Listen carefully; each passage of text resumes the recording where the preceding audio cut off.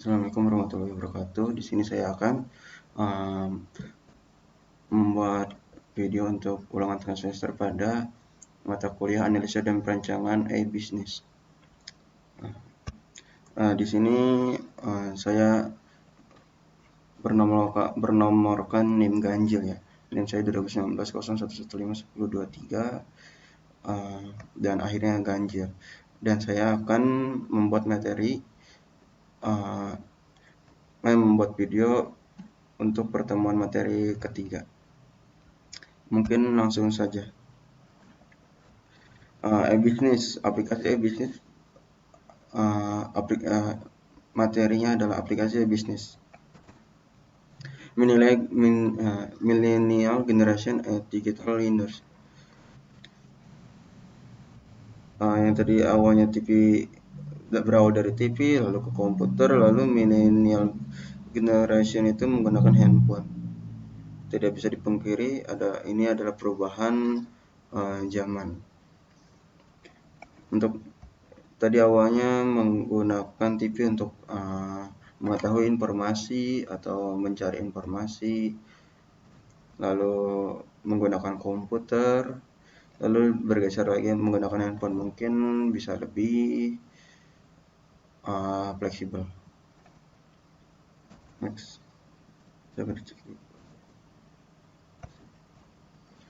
Communication revolution. Nah, ini adalah revolusi komunikasi yang awalnya menggunakan daun atau zaman Indian dulu itu menggunakan asap mungkin ya. Lalu berubah menjadi surat, lalu telepon, lalu television, dan terakhir adalah internet komputer atau internet mobile. Dan di sini adalah revolusi yang sangat-sangat pesat ya. Yang tadi awalnya sulit, lambat, dan mahal, dan di sini sudah cepat, lalu mudah diakses, dan zaman sekarang tidak bisa dipungkiri bahwa anak-anak muda zaman sekarang itu sudah banyak yang menggunakannya. Tidak hanya remaja, bahkan anak kecil. Karena memang sangat mudah untuk mengoperasikannya. Lalu next, ekonomi digital. Kecepatan perubahan ekonomi yang awalnya agricultural age, mungkin pemrosesan manual menggunakan tangan seperti ini. Contohnya menggunakan tangan saat memetik atau memproses suatu pekerjaan. Lalu industrial age yang menggunakan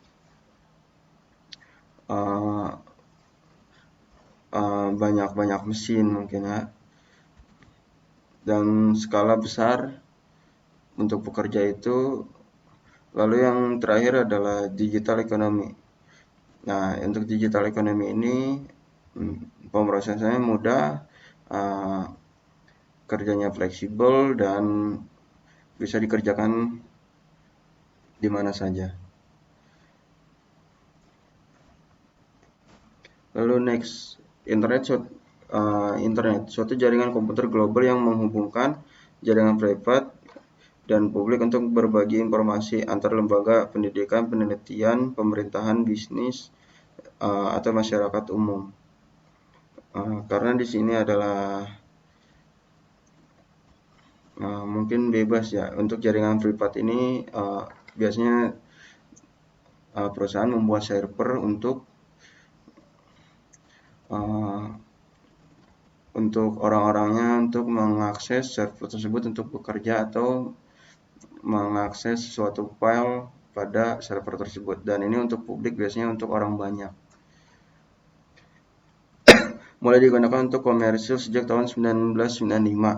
Mungkin sudah cukup lama, dan maka dari itu untuk internet ini semakin berkembang ya. Lalu dikenal dengan basis foundation dari New Digital Networked Economy. Lalu karena semangat esensial di Amerika Serikat banyak yang inisiatif dimotori oleh pemerintah yang untuk menjaminnya. Dominasi Amerika di bidang ekonomi baru ini. Lalu di negara lain perkembangannya cukup eksponensial. Next. Ini untuk internet ya. Pengguna internet di dunia cukup banyak ya, bisa dicek. Nah, untuk New Zealand, Singapura, Australia, sampai Thailand ini penggunaan internetnya cukup banyak. Dan Indonesia adalah kedua terakhir. 1, 2, 3, 4, 5, 6, 7, 8, 9. Indonesia adalah ke-9 pengguna terbanyak mungkin ya. Dan aktivitas pengaksesnya mereka menggunakan email atau membaca elektronik koran dan penggunaan aktivitas lainnya. Karena aktivitas penggunaan internet ini banyak, tidak hanya ini saja, mungkin sangat banyak ya. Tapi ini untuk email ini memang teratas ya, karena emang email ini mungkin untuk mencari informasi atau mengirim pesan atau mengakses hal-hal lainnya. Next. Internet pembaca beritanya banyak ya. Indonesia teratas, lalu tempat aksesnya ada di tempat kerja, cafe, school, dan yang lainnya. Definisi e-bisnis, penggunaan TI khususnya teknologi jaringan dan komunikasi untuk meningkatkan cara organisasi melakukan seluruh proses bisnisnya atau proses internalnya. Merupakan interaksi bisnis dengan eksternal organisasi dengan memanfaatkan teknologi TI. Dengan adanya e-bisnis ini, kita tidak perlu keluar untuk ketemu eksternal organisasi atau bisa disebut mitra, kurang lebih seperti itu. Karena mungkin jika keluar prosesnya akan lebih lama, lalu untuk menjadwal pertemuannya itu mungkin agak lebih sulit. Seperti yang sudah dijelaskan pada materi sebelumnya. Lalu e-commerce merujuk pada pelaksanaan transaksi bisnis seperti pembelian dan penjualan secara elektronik. E-commerce ini adalah penjualan online ya. Jadi berfokus pada transaksi bisnisnya, transaksi online ya gitu. Traditional business versus a business model. Traditional business model is sequential, lacking integration, paper-based, costly, and inefficient. It's then driven with many activities occurring serially. Traditional business ini belum terintegrasi, masih menggunakan kertas, masih banyak pengeluaran ya, dan tidak fleksibel karena tidak bisa dipungkiri karena tradisional bisnis ini masih seperti toko-toko konvensional harus membuat toko atau menyewa tempat untuk bertransaksi atau untuk berjualan. Lalu berbeda dengan e-business model, dia sudah terintegrasi, lalu bisa berkemitraan, bisa mengakses informasi yang lebih cepat, dan biayanya cukup murah karena untuk e-business model ini tidak perlu mengeluarkan biaya yang banyak, cukup mengakses website dan mendaftarkannya. Lalu next, siklus penerapan TI dalam bisnis. Satu teknologi dipakai hanya sekedar proses otomatisasi dalam pengolahan informasi. yang awalnya otomatis untuk informasi. Lalu teknologi bergeser ke arah upaya membangun konfigurasi rantai bisnis yang terintegrasi. Lalu peran teknologi sudah secara nyata mempengaruhi perubahan model bisnis perusahaan.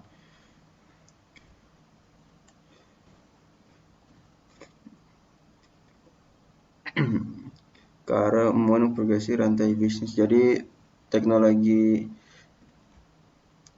dalam bisnis ini cukup berpengaruh pada rantai bisnis.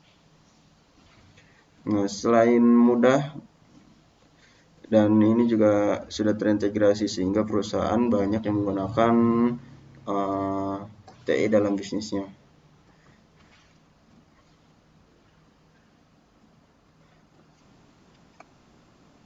Mungkin next, lalu ini ada arsitektur aplikasi e-bisnis. Mungkin bisa dilihat ini emang agak rumit untuk membacanya ya. Di atas ini adalah supplier,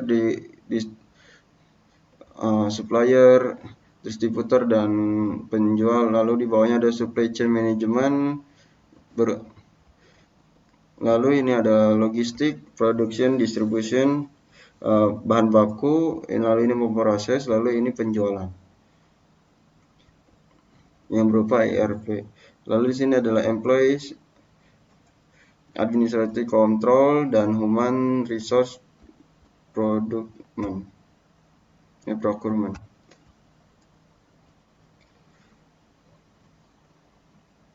Lalu untuk customer relationship management adalah marketing, sales, dan customer service untuk membantu customer atau reseller ya, untuk membantu mereka untuk mengakses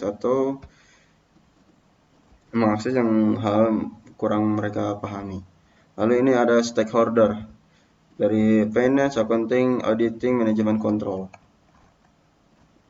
Mereka ini sudah terintegrasi atau bisa disebut sudah saling berketergantungan, saling berkaitan. Lalu business application ini adalah ERP, CRM, EAI, dan SCM dan ICS. ERP Enterprise Resource Planning adalah sistem informasi pendukung e-bisnis yang menyediakan berbagai macam kebutuhan perusahaan seperti supply chain, CRM, marketing, warehouse, shipping, dan payment, serta mampu melakukan otomatisasi proses bisnis. Lalu CRM Customer Relationship Management, sistem kustomisasi real-time yang manajemen customer dan melakukan personalisasi produk service berdasarkan keinginan customer. Lalu EAI adalah Enterprise Application Integration, yang merupakan konsep integrasi berbagai proses bisnis dengan memperbolehkan mereka saling bertukar data yang diambil dari model proses bisnis yang dikembangkan oleh pemakai.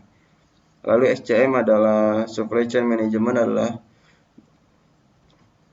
manajemen rantai supply secara otomatis terkomputerisasi. Lalu ECS adalah Enterprise Collaboration System, support and enhance communication and collaboration among the team and work group in organization.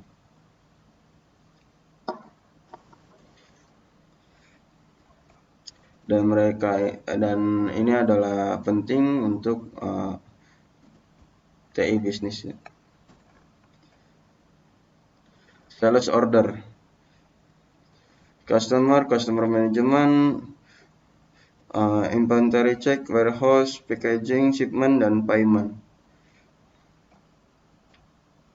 Faktor keberhasilan e-bisnis adalah kemampuan menjamin bahwa e-bisnis memenuhi 3 karakteristik kunci dari kebutuhan dalam transaksi bisnis apapun. Validitas kedua pihak dalam transaksi harus dapat menyatakan keaslian identitas keduanya untuk memastikan bahwa transaksi tersebut valid dan sah. Lalu integritas, kedua pihak harus yakin bahwa informasi yang dipertukarkan akurat dan tidak dapat diubah selama proses transaksi. Lalu adalah privasi kerahasiaan utama bisnis dalam informasi apapun yang dipertukarkan harus disimpan dengan baik. Untuk privasi ini perusahaan harus menjaganya, menjaga privasi agar tidak ada selain orang-orang TI yang bisa mengakses, karena jika data perusahaan bocor maka akan sangat berbahaya, karena tidak bisa dipungkiri bahwa data saat ini sangat penting. Faktor penyebab kegagalan e-bisnis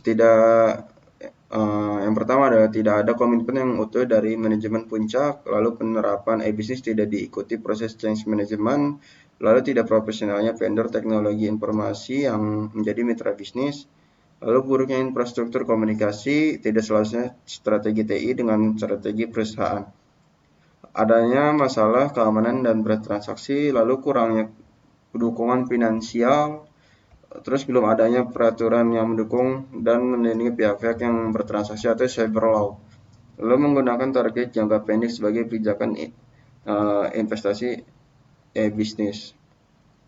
Faktor kegagalannya ini cukup banyak ya, tetapi perusahaan bisnis ini harus memahami agar perusahaannya itu tidak gagal dalam berbisnis elektronik ini.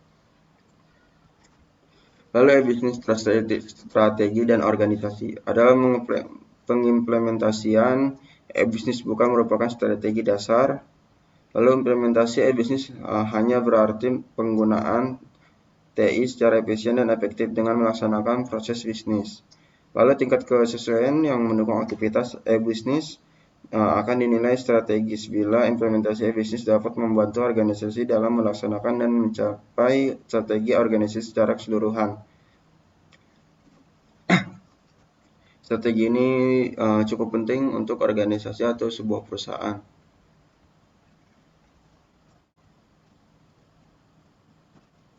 Lalu struktur untuk e-bisnis ada LAN, lalu WAN, PAN, internet, intranet, dan extranet. LAN adalah local area network, jaringan komputer dan adalah jaringan komputer dan peralatan lain yang di lokasinya berdekatan satu sama lain. Jadi orang-orang teknologi atau orang-orang TI membuat suatu server dalam suatu gedung dan mereka membuat jaringan pada komputer itu agar komputer itu bisa mengakses server yang sudah ditetapkan perusahaan. Lalu WAN, with area network, jaringan komputer yang mencakup area yang lebih luas, sama saja dengan LAN, tetapi ini bisa lebih luas, bisa antar gedung contohnya. Lalu PAN, sistem komunikasi jarak jauh yang didesain dan dikelola perusahaan independen. Lalu internet, jaringan internasional komputer yang saling berhubungan dengan akses yang sangat luas. Bisa dibilang banyak pengaksesnya, lalu sangat luas pengaksesnya. Lalu internet, jaringan internal yang terkoneksi dengan internet yang aksesnya terbatas hanya keperluan internal perusahaan. Internet ya bisa dilihat pada materi pertama. Internet itu adalah suatu jaringan atau server yang dibuat khusus untuk perusahaan dan hanya orang-orang tertentu yang bisa mengaksesnya. Lalu extranet adalah jaringan internet yang terhubung dua perusahaan atau lebih dengan akses dan juga terbatas pada rekan bisnis yang dipercaya, biasanya memanfaatkan EDI. Biasanya ini untuk vendor atau mitra ya, untuk mengetahui informasi, untuk berbagi informasi dengan vendor, kurang lebih seperti itu. Lalu next, e-commerce, menggunakan media elektronik yang menggunakan perniagaan atau perdagangan seperti telepon, fax, ATM, handphone, dan SMS,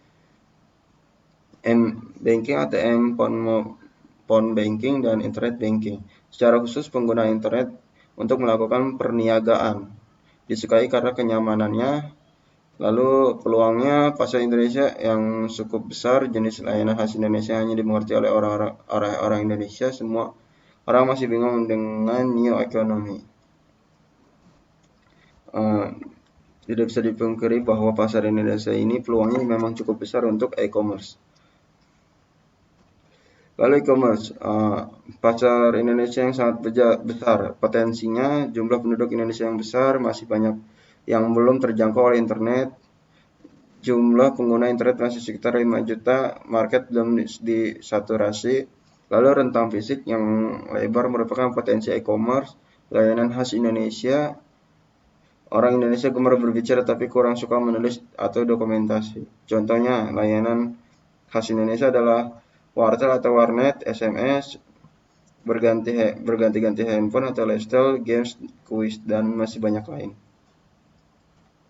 Tantangan e-commerce adalah internet, hancurnya internet, bisnis internet. Pada tahun 1999 sampai 2000, bisnis.com menggelembung atau bubble. Banyak model bisnis yang belum terbukti, namun ramai-ramai diluncurkan. Akhirnya hancur dengan matinya banyak perusahaan.com. Pengalaman buruk membuat orang lebih berhati-hati. Peluang membuat model bisnis baru, lalu infrastruktur telekomunikasi terbatas dan mahal. Lalu infrastruktur telekomunikasi di Indonesia masih terbatas dan harganya masih relatif lebih mahal. Lalu e-commerce tergantung pada infrastruktur telekomunikasi. Lalu peluangnya deregulasi, munculnya bisnis baru. Itu adalah termasuk tantangan e-commerce pada saat ini. Lalu tantangan e-commerce yang kedua adalah delivery channel. Mengirimkan banyak masih ditakutkan hilang di jalan atau masih banyak tikus. Tikus di sini bukan tikusnya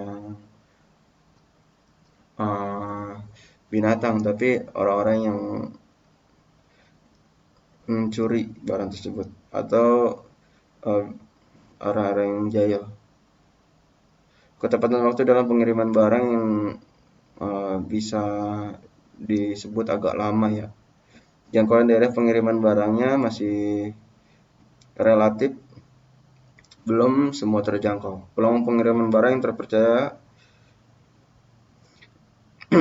Lalu munculnya jenis kejahatan baru, penggunaan kartu kredit atau curian atau palsu, penipuan melalui SMS, bisa disebut phishing ya, atau kuis.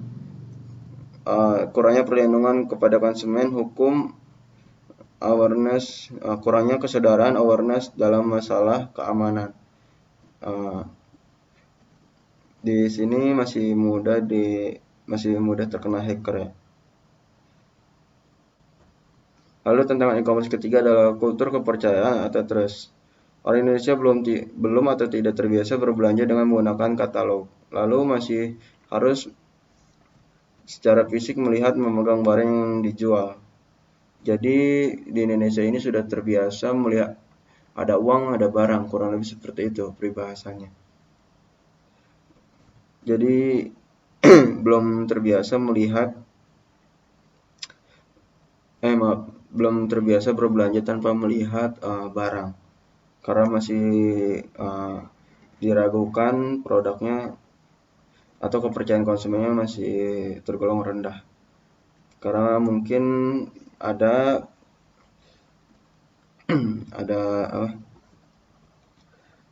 pengalaman buruk pada konsumen pada sebelum-sebelumnya. Lalu perlu mencari barang-barang yang tidak perlu dilihat secara fisik, misal buku, kaset, dan yang lainnya. Lalu kepercayaan antara penjual dan pembeli masih tipis, kepercayaan kepada pembayaran elektronik masih kurang, penggunaan kartu kredit masih terhambat. Lalu peluangnya model bisnis yang sesuai dengan kultur orang Indonesia membuat sistem pembayaran baru, pembayaran melalui pulsa dan handphone. Lalu tantangan e-commerce.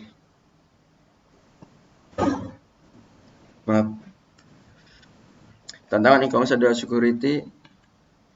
Masalah keamanan membuat orang takut melakukan transaksi, lalu persepsi merupakan masalah utama.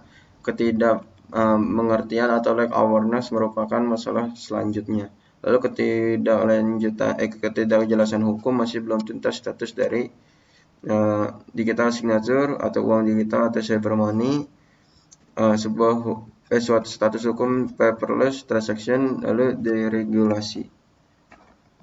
Lalu efek terhadap kehidupan adalah kemajuan teknologi komputer dan komunikasi seharusnya meningkatkan tingkat kualitas hidup kita. Kenyataannya, bekerja lebih panjang, pekerjaan dibawa pulang atau live single terus.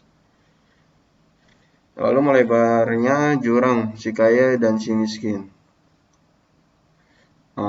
Karena emang sebutnya masih pekerjaannya bisa dibawa ke rumah ya, bisa karena fleksibel. Jadi mungkin masih banyak PR dari perusahaan, lalu bisa uh, dikerjakan di rumah. Lalu siapakah kita menghadapi tantangan yang tidak dapat kita hindari? Mungkin cukup sekian presentasi pada pembuatan video ujian ini. Mohon maaf apabila ada kekurangan. Nah, terima kasih. Wassalamualaikum warahmatullahi wabarakatuh.